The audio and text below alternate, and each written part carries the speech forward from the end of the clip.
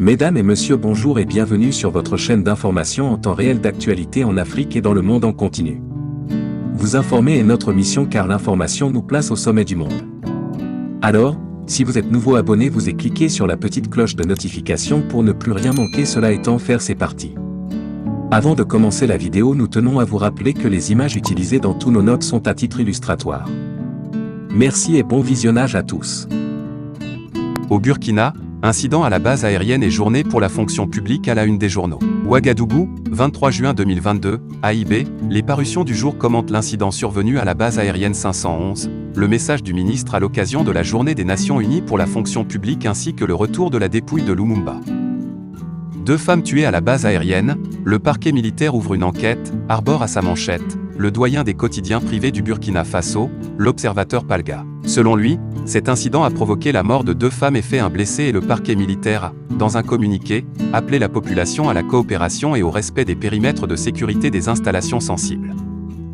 Le journal explique également que depuis 2016, suite à la dégradation de la situation sécuritaire du pays, la sécurité a été renforcée au niveau des casernes et des commissariats de police. Dans la même dynamique, le quotidien privé Le Pays soutient que le gouvernement promet de tirer les conséquences de ce drame. Il confie que le gouvernement promet de restituer l'intégralité des faits en toute transparence. À l'en croire, une conférence de presse se tiendra aujourd'hui, 23 juin 2022 par la hiérarchie militaire, sur l'ensemble des dispositions prises par une ordonnance. Le quotidien national Sidoya, pour sa part, souligne que les tirs de sommation et des ripostes qui s'en sont suivis ont provoqué la mort des 2 occupants et blessé un jeune de 20 ans qui est actuellement en soins. Il précise que cet incident malheureux est survenu lorsqu'un véhicule de type RAV4, avec 3 occupants à son bord, a tenté de forcer la barrage de la base aérienne militaire. Sous un autre volet, l'observateur Palga titre « Journée des Nations pour la fonction publique, les agents à l'honneur durant 2 semaines ». Il informe que cette journée qui se déroulera du 22 juin au 6 juillet 2022, met en valeur le rôle de l'administration publique dans le développement. Le doyen des quotidiens privés du Burkina Faso indique que le lancement de ces activités est placé sous le thème « La modernisation de l'administration publique burkinabé dans un contexte de crise ». À propos, le quotidien privé Le Pays mentionne « Bassolama Bazié interpelle les travailleurs et usagers des services publics ».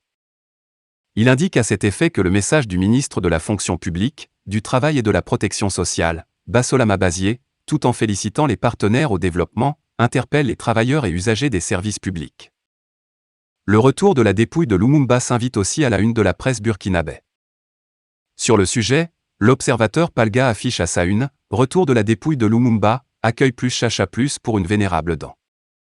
Le journal renchérit que la dépouille de Lumumba a été accueillie, hier mercredi 22 juin 2022, à l'aéroport de Kinshasa-Njili avec les honneurs dus à un chef d'État.